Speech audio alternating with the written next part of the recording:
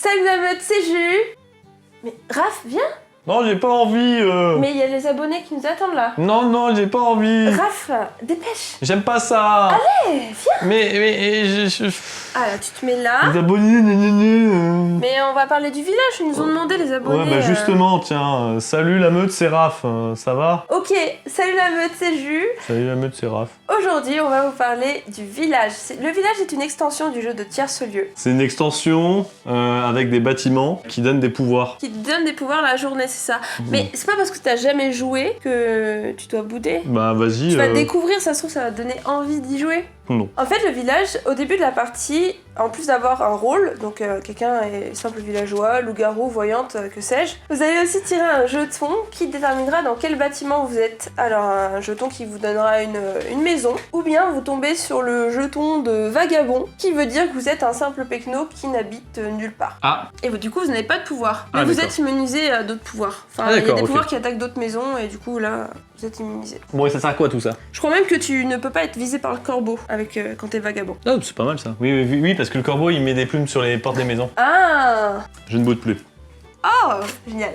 Ok, première maison, on a la ferme et du coup habitée par les fermiers. Les fermiers, il peut y en avoir plusieurs en jeu. Enfin, il y en a plusieurs en jeu. Quand t'es fermier, le deuxième jour, en fait, tous les fermiers vont être convoqués et ils vont décider d'élire un maire entre eux. Le maire sera forcément un fermier et sera élu par les autres fermiers. Voilà, il peut y avoir 6 fermiers en jeu. Ok. Désolé, un journée de travail super difficile pour Julie, mais moi, les bâtiments... Mais je vois le piquant, tu vois, le piquant. Ça rapporte quoi de plus, les fermiers? Vas-y, t'as dit un peu. Du coup, moi, je trouve que ça va déplacer le maire. Par exemple, pour les joueurs qui se présentent toujours maire, là, ils pourront pas forcément. Moi, ça me met un peu frustré sur des parties où je voulais être maire, mais d'un autre côté, bon, ça peut forcer des joueurs à se trouver une vocation de maire. D'accord, pourquoi pas. Pourquoi pas? La ferme. Merci. Oh, moi qui pensais qu'il fallait que je revienne... Bon, ok, d'accord, je demande... Mais non, mais je parlais de la ferme, la maison. Ah, d'accord, excuse-moi. Nous avons ensuite l'église qui est habitée par le confesseur. D'accord, ouais, ok. Et je passe que ma soeur a à faire dans cette histoire. Une fois dans la partie, dans la journée, le confesseur peut demander à un joueur de se confesser, c'est-à-dire de lui montrer sa carte. Ok, donc en fait c'est une voyante quoi. Oui, une fois dans la partie, quelqu'un, vient lui montrer sa carte. Okay. C'est un artefact aussi qu'on avait vu dans Ultimate Werewolf, enfin, c'est pas choquant. Oui, c'est vrai que c'est pas déconnant. Voilà, donc confesseur, donc c'est assez fort quand même, faut pas que n'importe qui l'ait, les enjeux. Une voyante qui a le confesseur, ça peut être marrant. Un loup qui a le confesseur. Ah oui, bah tu peux voir, le loup peut voir s'il y a une voyante quoi. Ou le loup peut désigner un autre loup et dire oh j'ai vu. Un villageois. Voilà, exactement. J'ai vu une voyante. Ok, bon pourquoi pas. Mais ouais, ça me chagrine, ça me titille un petit peu ce truc quand même. Ok. Vas-y. Nous avons la maison du rebouteux. Et le rebouteux, une fois par partie, peut redonner un pouvoir à quelqu'un. Un pouvoir de maison qui aurait été utilisé. De maison. Donc il pourrait redonner au confesseur un pouvoir. Ah oui, bon, ça commence à être fort là. C'est pas trop fort, ça va, hein, c'est pas pété du tout, hein. On peut pas détruire une partie comme ça, non, c'est pas vrai. J'ai dit que je boudais pas et que je serais de bonne foi, donc je vais laisser le bénéfice du doute jusqu'à ce que j'arrive à la fin. Vas-y. Ensuite, nous avons l'école, habitée par l'institutrice, parce que c'est bien connu que les maîtresses vivent dans les écoles. Oui. Et qu'elles n'ont pas de vie en dehors des écoles. C'est ça. L'institutrice n'aime pas trop les gens qui pointent du doigt. D'accord. Donc en fait, avant chaque vote, elle peut désigner 2 personnes qui ne pourront pas voter. Mais que des personnes instruites, donc elle peut pas désigner des gens qui sont pas dans des maisons. Donc les vagabonds sont immunisés. Ok. Et elle-même ne peut pas voter quand elle fait ça. Ah d'accord, ok, donc elle supprime son droit de vote pour que 2 autres personnes n'aient pas le droit de voter. C'est ça. Je trouve que c'est un enjeu intéressant. Ouais. Pardon. L'institutrice ne vote jamais. Ah, jamais. Ouais. Ah. Oh. Ok. C'est pas déconnant, moi je trouve pas ça déconnant. Son vote finalement s'exprime dans le fait d'empêcher 2 personnes de voter.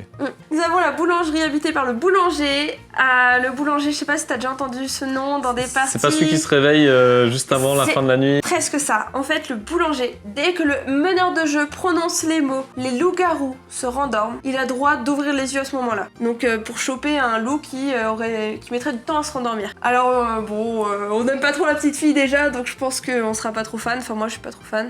Non, puis même, j'ai envie de dire, combien de fois les loups-garous ont déjà les yeux fermés quand le MJ dit ça? C'est quoi, c'est le concours soit ça a zéro intérêt, soit il peut choper tous les loups. Puis du coup, si tu commences à dire paf, le mec il ouvre directement les yeux pour être sûr de les choper, mais en fait tu disais, les loups-garous, décidez-vous. C'est vrai, ouais. Donc, bon, vas-y, suivant. Bon, à mon avis, on le connaît depuis le début de la vidéo, de toute façon. Nous avons l'échoppe du barbier. Le barbier, une fois dans la partie, avec son truc pour tailler tranchant. Il vient pas chez moi, il est pas venu chez moi. Non. Une fois par partie, avec son couteau tranchant, il peut tuer quelqu'un. Dans la journée, voilà, il dit bon bah voilà, je vais utiliser mon pouvoir et je vais tuer lui. Et il met la clé sous la porte, j'espère, hein, parce qu'un barbier qui tue ses clients, pas cool. Attention, s'il tue un loup-garou, il reste en vie. S'il tue un innocent, il meurt. Ok, très bien. Bah, du coup, si un loup-garou devient barbier, s'il veut tuer la personne qui se dit voyante, il va devoir se sacrifier en même temps. Parce qu'il aura tué un innocent. Il y a cet enjeu-là aussi. Ouais, bon, écoute, pourquoi Non, mais pas, je le dis, c'est tout. C'est un peu bizarre, je trouve. La taverne. La taverne est habitée par quelqu'un de respectable, le tavernier. Le tavernier est si respectable qu'il ne peut jamais mourir, ni par le vote, ni par les loups-garous, jusqu'à ce qu'il ait voté pour éliminer quelqu'un. Si on voit qu'il a décidé de tuer quelqu'un, bah ça y est, il perd son immunité. D'accord, donc si jamais à un moment il vote, il perd son immunité. S'il vote contre la personne qui meurt. Ok, mais sinon le reste du temps, il reste en vie tout le temps. Donc c'est-à-dire qu'en gros, si c'est un loup-garou et qu'il ne vote jamais contre personne, il est invincible. Qui ne vote jamais pour tuer une victime, ouais. Attention, il vote avant les autres. On voit son vote, et après les gens votent. Oui, mais du coup, Donc alors, on peut faire exprès de lui faire perdre son immunité. nous, avec vote par accusation, ça marche pas. C'est le vote à main levée de tire-solius pour lequel ça s'applique, ça. Ouais, bah oui. Parce que sinon, oui, il vote parce que pouce en sinon, l'air tout le temps. Ouais, c'est vrai. Mais du coup, nous, on peut même pas l'appliquer avec notre vote par accusation, donc... Ah, c'est un peu compliqué, mais ouais, je vois un peu là où il peut se faire avoir. Ok, bon, pourquoi pas. Il peut quand même facilement être invincible pendant les 3/4 de la partie. En visant les personnes qui ont peu de chances de se faire accuser. Ouais. Nous avons la maison du bailli. Le bailli, c'est un peu l'agent immobilier du village. Quand une maison est vidée parce que son habitant vient d'être tué, eh bien le matin, il va pouvoir donner cette maison à un des vagabonds. D'accord, ok. Qui récupéreront la maison avec le pouvoir. Bon. Donc il redonne des pouvoirs lui aussi, finalement. Ah, je vois ce que tu veux. Ah oui. Le confesseur. Ah, le fameux confesseur, et pourquoi pas redonner aussi celui qui redonne le pouvoir. Ouais, d'accord, je vois, oui, c'est bien, on continue, on en rajoute, allez, c'est quoi le dernier? Allons-y. J'adore, mais je crois me souvenir maintenant pourquoi j'adore ce truc. Le dernier, c'est le châtelain. Le châtelain, lui, c'est quelqu'un de gentil qui gracie les gens. Après un vote, où on dit qu'une personne va mourir, le MJ demande au châtelain s'il veut quand même gracier la personne. Il peut le faire une fois par partie, donc il peut sauver une personne du vote. Je sens pas. Ça ralentit un peu le jeu, forcément. Oui, faut voir. Parce qu'en fait, le truc, c'est que le vote, vu que c'est la seule arme qu'a le village contre les loups, qu'à moins que ça soit une voyante qui connaisse un innocent et qu'il le sauve, sinon tout le temps, ça va avantager les loups-garous, en fait. Même protéger un innocent, les loups-garous ont tout intérêt à le faire. Après, est-ce que c'est grave qu'il y ait des pouvoirs qui avantagent les loups et d'autres qui avantagent les villageois? Ça, c'est pas grave. Ouais, mais enfin, je veux dire, c'est une mécanique qui, de base, avantage tout le temps les loups, tu vois, Ouais. c'est tout ce que je veux dire. C'est genre, quand t'es un villageois, tu tombes là-dessus, à part si ça te cible toi-même, quoi, mais tu peux pas, je crois, si ça te cible toi-même. Si tu peux, bon, Tu bah peux voilà. te gracier Si toi-même. t'es innocent et que tu peux te gracier toi-même, là, ça a un intérêt, mais enfin... Bah, loup c'est qui un peut se peu- gracier lui-même aussi. Oui. Voilà pour le village. Bon, Voilà. alors, j'ai vite fait quand même donner un avis constructif sur le sujet. Je suis pas... Tu n'as pas testé, mais... Alors en fait, je l'ai testé une fois. Si, j'ai testé une fois, ouais mais il y a longtemps, à une époque où je connaissais que tire-ce-lieu. Et en fait, le problème, c'est qu'il y a plusieurs problèmes à ça. Premièrement, il faut du matos. Il y a du matos à se trimballer en plus pour faire ces parties-là. C'est pas hyper pratique. Il y a les petits jetons, il y a les gros bâtiments, il y a les petits jetons pouvoirs pour les pouvoirs consommables qu'il faut retirer à la personne. Une boîte de tire-ce-lieu, ça coûte 10 €. Les cartes, si elles terminent dans la bière, c'est pas grave. Une boîte de l'extension du village, je crois que ça coûte plus cher. En fait, C'est encore plus l'extension cher. du village est introuvable, quasiment. Ah, donc d'accord. tu l'as via le pacte, en Ok, fait. bon bah voilà, le pack il coûte 40 balles. Est-ce que tu veux cramer est-ce que tu vas avoir des taches de bière sur les trucs d'un jeu que t'as payé 40 balles? Je pense pas. Moi je pense à toutes ces situations un peu compliquées, et du coup je suis de moins en... Enfin déjà logistiquement c'est compliqué. En plus de ça, il y a plusieurs choses. Déjà, c'est un peu comme les artefacts d'Ultimate Werewolf, ça rajoute beaucoup d'éléments de jeu la journée qui vont un peu polluer le débat. Parce que tout ça, mine de rien, ont très peu de chances de créer une information aussi limpide que des personnes qui sont en train de parler. Ou en tout cas, il peut se passer plusieurs journées où on ne parle que des pouvoirs de la journée. Déjà, j'ai l'impression de pas jouer au même jeu, de toute façon. Et en plus de ça, on l'a vu, il y a des rôles qui sont vraiment très forts, genre Ouais. voir le rôle de quelqu'un, redonner le pouvoir de voir le rôle de quelqu'un, et en fonction de qui, à quel rôle, ça peut complètement renverser une game. Après, le meneur de jeu choisit quel bâtiment il met, il est pas obligé de tout mettre, Ouais. il module en fait. Bah, Mais il y a du bon à prendre. Après, l'autre difficulté, et c'est le même problème tout le temps en tire-ce-lieu, mais là, ça s'est exacerbé, c'est que les bâtiments, faut savoir ce que c'est, quoi. voilà, c'est ça. Moi, tu m'as montré l'étude des bâtiments, mais je me retrouve en jeu, mais à moins d'avoir joué genre 50 parties avec l'étude des bâtiments, je suis incapable de savoir quel bâtiment représente lequel.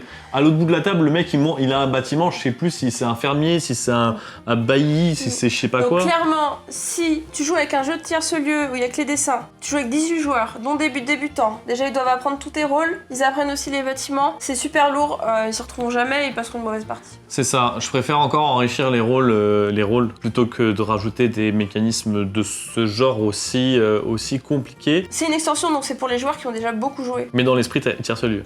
C'est une façon différente de voir le loup-garou. Il y a peut-être des critiques à faire, mais ça reste des choses intéressantes. Oui, donc ça va rajouter beaucoup d'action et de fun dans le Voilà, jeu, c'est sûr. À ceci près, je préfère encore les artefacts de Ultimate Role si je devais comparer. Mais c'est un peu le même esprit, c'est rajouter des petits éléments en journée, voilà. J'ai un peu surjoué au début, mais au final, c'est juste que je le joue pas, parce que pour moi c'est pas intéressant, mais au final, c'est un petit peu comme tout, quoi, faut essayer. Moi j'ai pu tester en jeu, les MJ n'avaient pas mis tous les rôles, et ça avait été plaisant. Ils avaient vraiment mis très peu, il y avait que 3 bâtiments, quelques fermiers, ou 2 bâtiments, je sais plus, Ouais. mais c'était très léger, et ça changeait un petit peu la partie, ça avait été plaisant. Mais bon, j'avais été un peu frustrée de pas pouvoir m'être présentée en tant que mère vu que j'étais... Si jamais t'as testé, mets-le en commentaire. Si jamais t'es pour d'ailleurs cette extension, on est vraiment friand d'avis contraires aux nôtres, donc n'hésite pas à le dire en commentaire, on sera ravis de te lire. Et le village standard.